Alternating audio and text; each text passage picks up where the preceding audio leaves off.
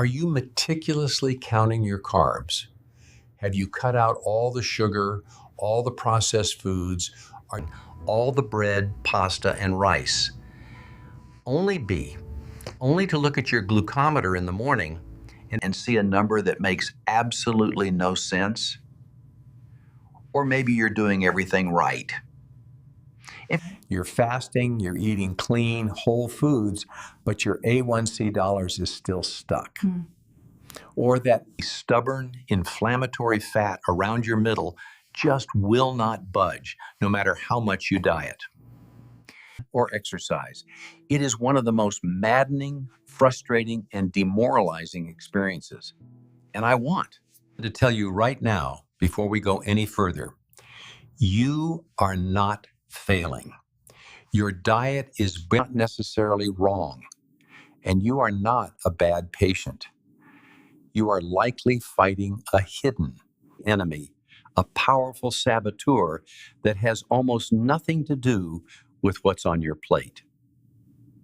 As a doctor, this is a pattern I see constantly in my practice. People come to me, white-knuckling their diets, completely exhausted and on the verge of giving up. They are ignoring, or more often, they just haven't been told about, the single most powerful hormone that can undermine all of their best efforts. I'm talking about stress, but I'm not talking about feeling stressed in the way we usually mean. I'm not just talking about a bad day at work. I'm talking about a deep, powerful physiological cascade. In this video, we are going to do a deep dive. We're not just going to say you should relax more. We are going to explore the precise, scientific, and ancient highway that connects your brain directly up in your blood sugar. I am going to explain exactly how the stress hormone cortisol is telling your liver right now to literally dump sugar into your bloodstream 24/7, even when you haven't eaten a single gram of carbohydrate. And most importantly, I'm going to give you a concrete, science-backed physiological plan to start breaking that cycle for good. Let's start with that frustration, because it's so real and it deserves to be validated. You've been told, and it makes sense, that the equation is simple. Sugar in has high blood sugar. So you logically conclude that if you stop putting sugar in, your blood sugar will go down. You've done the hard work. You've changed your lifestyle. You've given up the foods you used to love. You've resisted the office donuts. You've skipped the dessert. You're eating salads and healthy proteins. You go to bed. You haven't eaten for 8, 10, or 12 hours. You wake up. You test your fasting blood glucose, and you expect to see a beautiful, low number, 80, 85 DL. Instead, you see 110, or 125, or 140. Your first thought is, how is this possible? I fasted. Where did this sugar come from? It feels like a betrayal. It feels like your body is broken.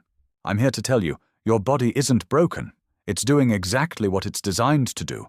It's just doing it at the wrong time, in response to the wrong signals. That sugar isn't from the food you ate. That sugar was manufactured inside your own body. This is where we have to separate the food part of the equation from the hormone part. And the master hormone in this conversation is cortisol. When we talk about stress, we have to think much bigger than just, I'm mentally overwhelmed. Your body doesn't actually have different alarm systems for different kinds of stress. It doesn't have one alarm for a lion chasing you, another for an angry email from your boss, a third for a fight with your spouse, a fourth for a 4-hour-a-night sleep schedule, and a fifth for chronic, low-grade inflammation. It just has one alarm system. And when that alarm is always on, your body believes it is in a perpetual, mortal danger level emergency. And in an emergency, what is the one resource your body needs more than anything else? What is the one fuel that your brain and your muscles can use right now to fight or to flee? Energy. Quick, fast, immediately available fuel, and that fuel is glucose. So, when your body perceives a threat, and that threat can be a 5 a.m. alarm clock, a skipped lunch, an intense workout, a looming deadline, or just a chronic sense of anxiety, it will ensure that you have fuel in your bloodstream. It doesn't care that you're trying to get your blood sugar down. Its only priority, its ancient priority, is keeping you alive through this perceived crisis. The problem is that for most of us, the crisis never ends. The lion is in our inbox. The famine is our over-exercising and under-eating. The danger is our 24/7 news cycle and our financial worries. We are living in a chronic state of fight or flight. So how does your brain, the source of this stress, physically tell your liver, an organ way down in your abdomen, to start pumping out this sugar? It uses a sophisticated and very ancient communication network. And understanding this network is the absolute first step to taking back control. This communication network is called the HPA-DOS axis. That stands for the hypothalamic pituitary adrenal axis. It sounds complicated, but I promise it's very simple to understand. And when you do, everything about your mystery high blood sugar will start to make sense. Let's use an analogy. Think of your HPA-DOS axis as your body's home security alarm system. It has three main components: the hypothalamus, the smoke detector. This is a small, almond-sized region in the center of your brain. It's the smoke detector for your entire body. It is constantly scanning your external environment, what you see, hear, and feel, and your internal environment, your blood pressure, your temperature, your thoughts, your emotions, for any sign of a threat. When it senses a threat, a deadline, a scary movie, a loud noise, a feeling of worry, it sets off the first alarm, the pituitary gland, the 911 operator. The hypothalamus doesn't shout to the whole body. It sends a specific, targeted signal, a hormone called CRH-dolulose, corticotropin-releasing hormone, to its next in command, the pituitary gland. Think of the pituitary as the 911 operator. It gets the emergency call from the smoke detector. It confirms the threat and then dispatches the real first responders, the adrenal glands, the fire department. The pituitary operator sends its own signal, a powerful hormone called ACT, adrenocorticotropic hormone, down through your bloodstream. The call goes straight to your adrenal glands, which are two little triangular glands that sit right on top of your kidneys. The adrenals are the fire department. They get the dispatch, they slide down the pole, and they race to the scene, spraying the entire body with their primary powerful fire captain hormones. Those hormones are adrenaline, for that immediate jolt, and most importantly for this conversation, cortisol. Now, in a short-term, acute stress situation, this system is a lifesaver. It is a masterpiece of evolutionary biology. A bear walks into your campsite. The smoke detector, hypothalamus, goes off. The 911 operator, pituitary, calls the fire department, adrenals. The adrenals flood you with cortisol and adrenaline. And what does cortisol, the fire captain, do? It shouts out orders to prioritize survival. We need energy now. Liver, dump all your stored sugar, glycogen, into the bloodstream. Go. Heart, beat faster. Pump that fuel to the muscles. Lungs, breathe faster. Get more oxygen. And all non-essential systems, shut them down. Digestion, we don't need it. Immune system, not a priority. Building muscle, forget it. And this is the most critical piece of the puzzle. It tells your cells to ignore insulin. Why would it do that? Think about it. Insulin's job is to be a storage hormone. It's the key that unlocks your cells to let sugar in to be stored for later. But in a life or death emergency, the last thing your body wants to do is store fuel. It wants that fuel out in the bloodstream, ready for your muscles to use to run away from the bear. So cortisol intentionally makes your muscle and fat cells temporarily insulin resistant. It's brilliant. It's adaptive. It saves your life. If the bear goes away. Here is the entire problem with our modern world. The bear never goes away. The threat is a 30-year mortgage. The threat is a toxic boss. The threat is chronic sleep deprivation. The threat is unresolved trauma. The threat is a feeling of loneliness. Your hypothalamus, your smoke detector, never turns off. The alarm is ringing 24/7, and so your pituitary is constantly calling 911 and your adrenals are constantly pumping out cortisol. This is chronic HPA axis activation, or what some people call adrenal fatigue. It's not really that your adrenals are tired, it's that your brain's alarm system is stuck in the on position. And what does that mean for your body? It means you are chronically telling your liver to dump sugar, and you are chronically telling your cells to be insulin resistant. But that's not even the scariest part. What happens when your liver runs out of all that stored sugar, glycogen, to dump? Your body, still believing it's in an emergency, doesn't just give up. It starts making its own sugar. From scratch. This is the part of the equation that so many people miss, especially when they're on a strict low-carb or ketogenic diet. You're thinking, this is impossible. I'm not eating any sugar. I'm not even eating many carbs. My liver should have run out of stored glycogen days ago. Where is all this glucose coming from? It's coming from a process called gluconeogenesis. Let's break that word down. It's simple. Glucofast glucose, sugar. Neo. New genesis. Creation. It literally means the creation of new glucose. When your body is under the influence of chronic, high cortisol, it believes it's in a perpetual state of famine and emergency. It has already used up its easily accessible sugar stores, your liver glycogen. But the fire captain, cortisol, is still screaming for more fuel to fight the non-existent bear. So your body must find fuel anywhere it can. Cortisol sends a powerful, non-negotiable command to your liver, your main metabolic processing plant, and says, "We are in deep trouble.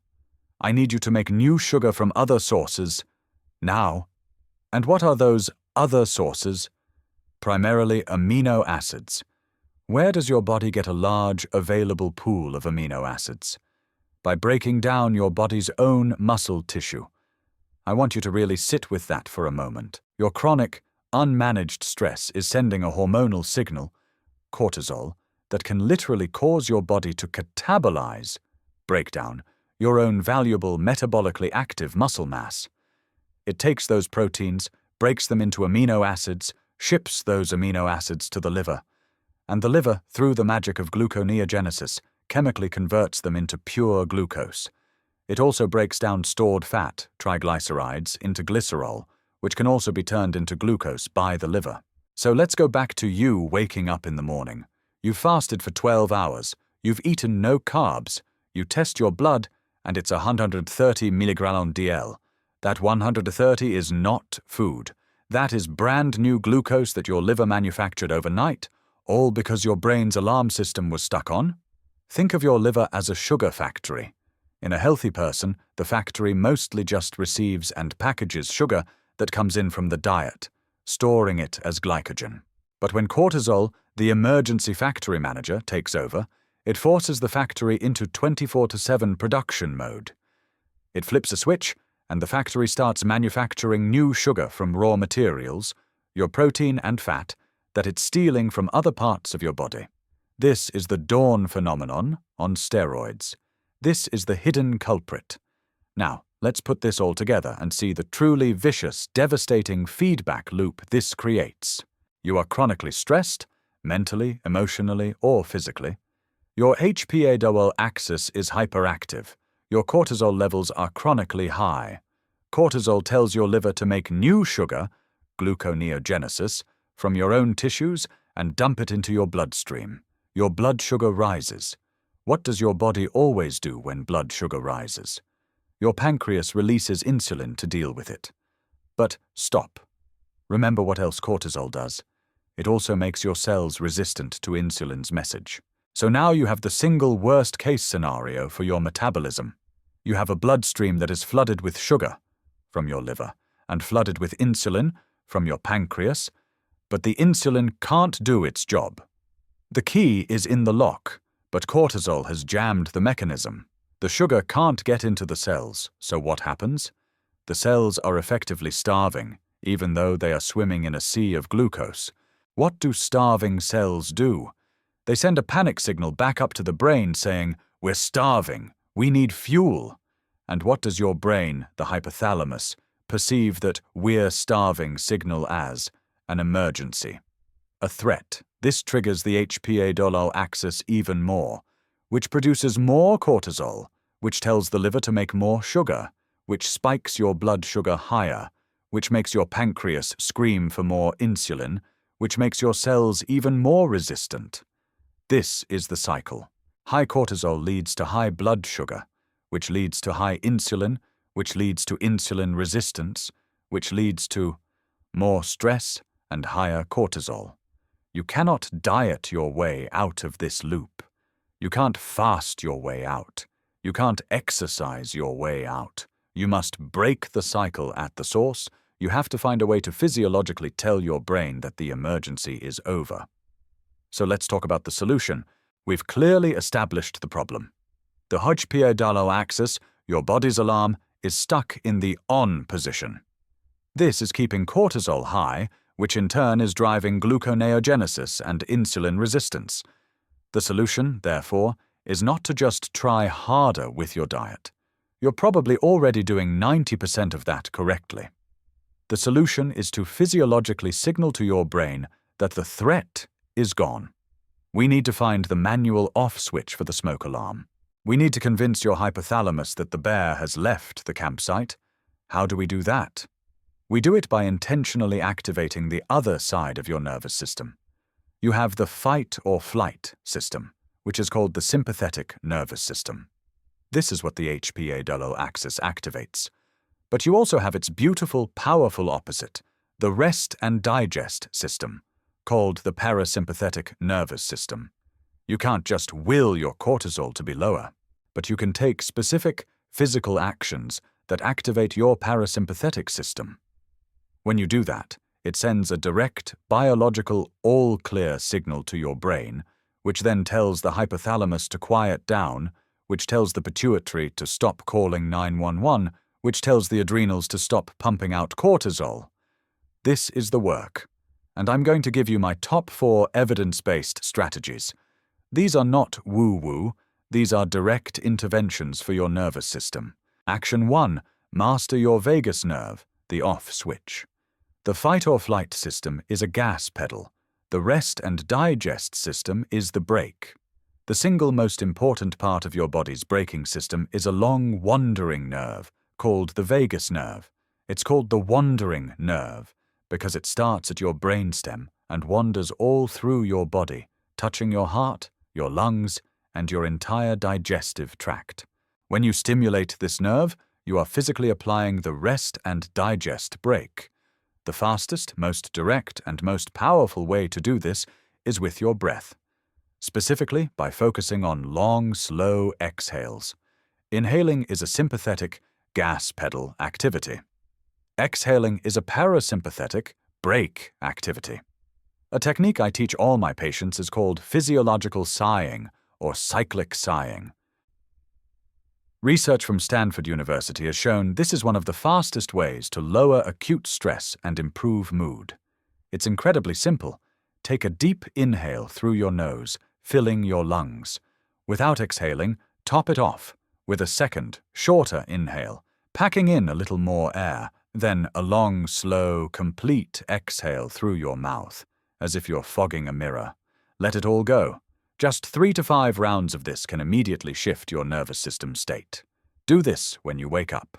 Do this before you eat a meal. This is critical. It tells your body to digest food, not stress about it. Do this when you get a stressful email. This is you, manually tapping the brake. Action 2. Prioritize sleep like it's your job, the HPA reset. This is the least sexy advice, but it is the most important. Sleep is not optional. It is the only time your body has to do a full system reboot on your HPA axis. Your cortisol rhythm is supposed to be circadian. It should be lowest around midnight and then gently rise in the early morning. This is called the cortisol awakening response, to wake you up, full of energy. When you get poor sleep, less than 7 hours, or fragmented, broken sleep, this rhythm is completely destroyed. Your cortisol starts high and stays high all day.